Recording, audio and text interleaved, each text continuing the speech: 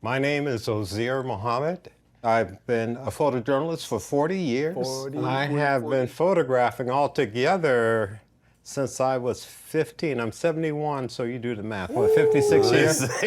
Yo, what's up, people? This is Russell Frederick. Yo, and I'm Anderson Zaka. Yo, we are here live from the dark room in Brooklyn. We have some guests for you. Every episode, really take it back and show y'all some culture. With photographers, masters, legendary printmakers who are gonna come into the dark room with us. Tune in to Zaka and Russ, live from the dark room.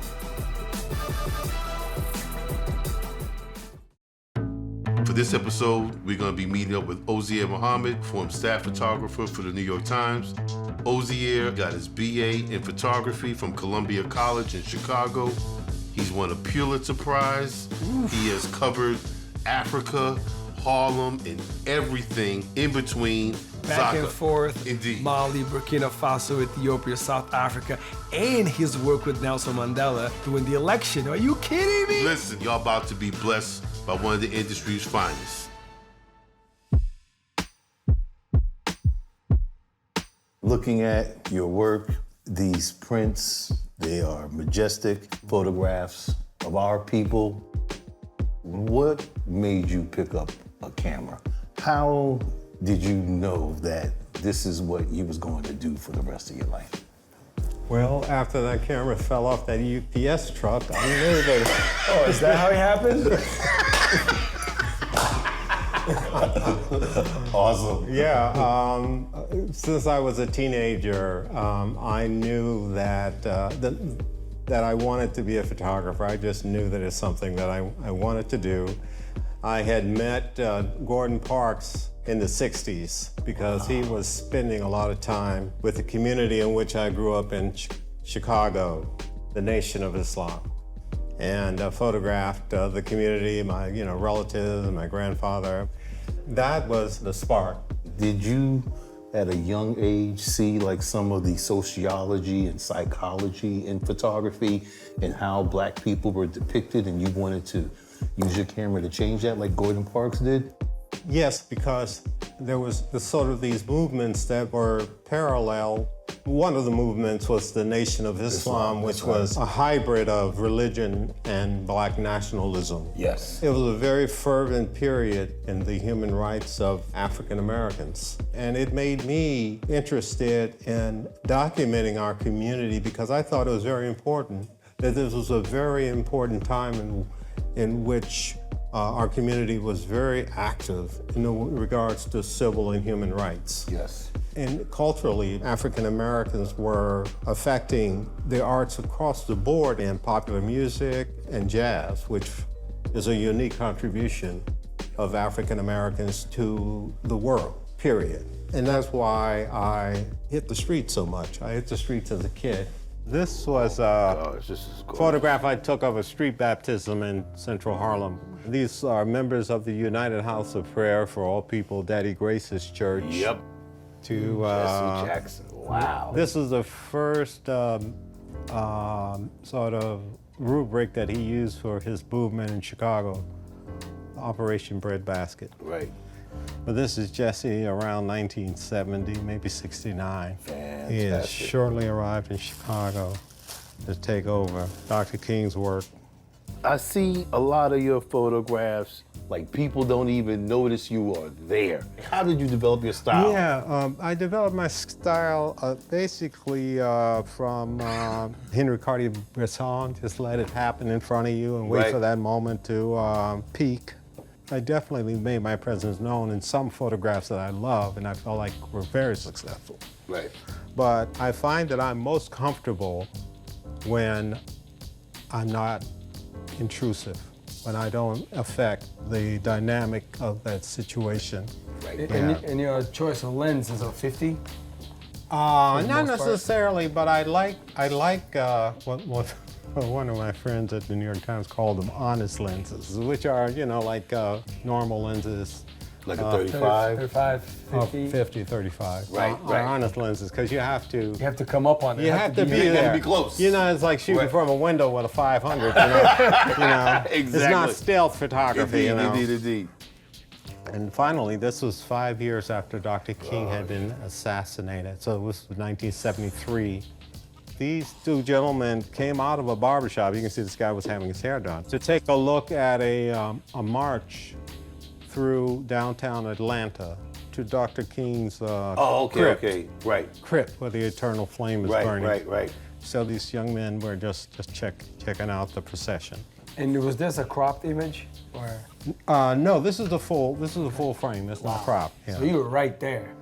I had like a 180. You know, Okay. that's before the 200s came into the world. I had a Nikon with a 180. Right. I used to that was a super sharp lens. I don't know if you ever knew what a 180 No, I never. millimeter Nikon lens.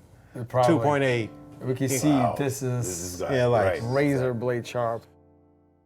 When you work as a photojournalist for a newspaper, those photographs, do you get to keep them? Who keeps them? What happens to them? Yeah, the way it works is that primarily the newspapers have the rights to the photographs, but when photographers leave, they tend to appropriate a lot of the work. For instance, I worked at Ebony for at least a year before I was hired, and I did a lot of work for them. At the time, I was a little, naive, and I just gave them the work. So I didn't ask for my negatives back. Right. So when I left there, when I was leaving there, I was a lot smarter. So I kept some of them. And the New York Times has been very progressive about the way they use the work after you retire. It's sort of an unspoken agreement that if you can move your work, if you can sell the work, there hasn't been any friction. What I'm printing today is a photograph that I took in 1994 on 125th Street near the Apollo Theater of a guy who was well known in the neighborhood as Dancing Harry. When I first exhibited the picture, I showed it to an editor at the New York Times. She said, "Oh, Osier, that's a great shot of Dancing Harry." And she knew him by name. I didn't know that he was as well known. A little celebrity, right? As he he was very modest. He didn't tell me how well known he was in the neighborhood and how famous he was. All right, so let's get negative. Let's get to it.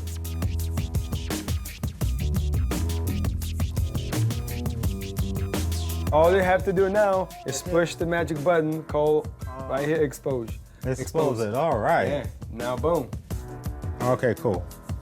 All right, here we go. I always dunk it like this, face down, and then I make sure it gets submerged evenly. Look at that! Look at that!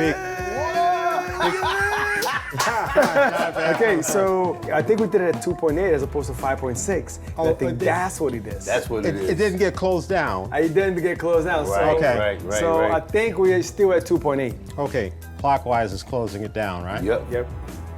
2.8. 1, 2.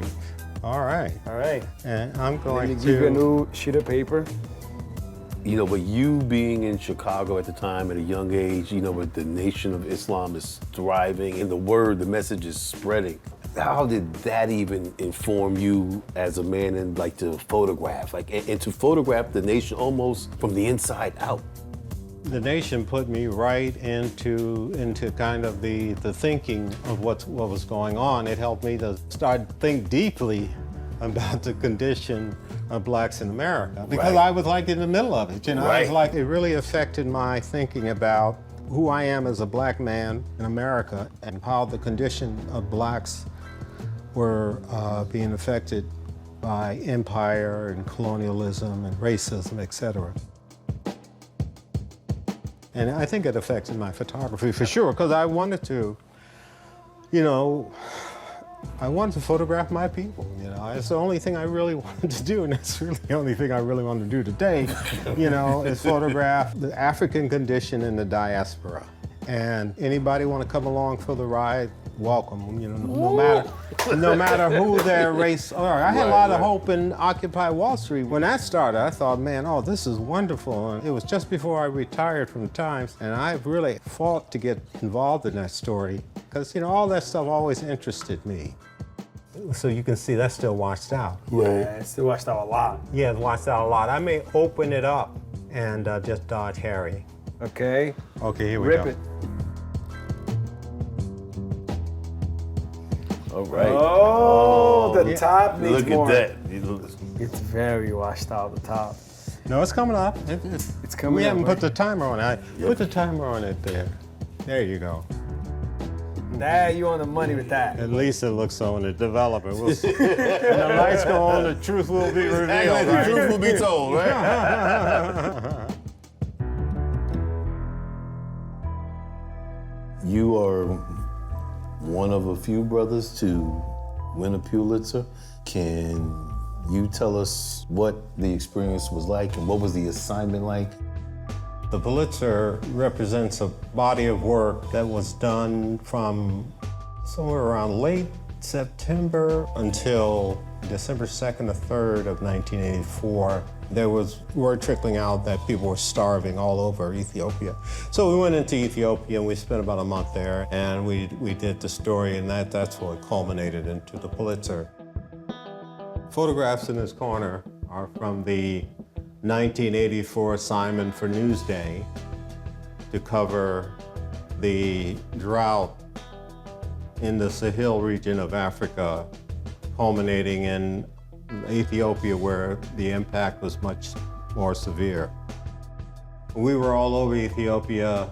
Josh Friedman, Dennis Bell, and I, my two colleagues, the reporters. I was the sole photographer, and this man is holding a basket of provisions that he had just received.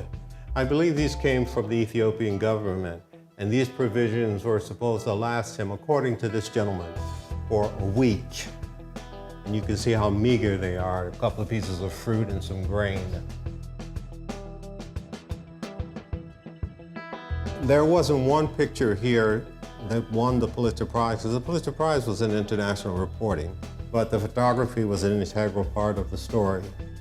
We spent 2 months in Africa all together. Wow. And the reason why I was on that team and Dennis Bell is because we really had a strong voice in the newsroom in the way of Les Payne. Les Payne really advocated for black reporters and photographers being involved in big stories. How do you feel now that maybe more photographers from the continent who may be the local photographer, do their voices need to be probably heard a little bit more as opposed to, the voices of the West? Yeah, definitely. And the reason why you see more indigenous Africans contributing to the big newspapers today Yes. is because of the digital age. Yes. Yeah, the talent has always been there. Oh, we always know that. But oftentimes the work suffered from not capturing the image, but controlling the environment. Maybe your film will get overcooked, because of something, all of a sudden the water temperature went up or something. But all that is not factored into the production anymore. So the local photographers are contributing more. So is that true to say that digital photography has benefited and exposed photographers who otherwise wouldn't be exposed today? I think so. I do. I really think so. And also the fact that, it doesn't cost them a fortune to send the images back to the paper. So yeah, absolutely. The digital age has helped us appreciate the talents on the ground. Yo, thank you for one more time, one more episode. This one with Ozzier Muhammad. This man is just eloquence, poetry with a camera, and the way he captures our people. Thank you, Ozzier, for blessing us for these past 50 years, from Ebony and Jet magazine to the New York Times and all your travels across the world.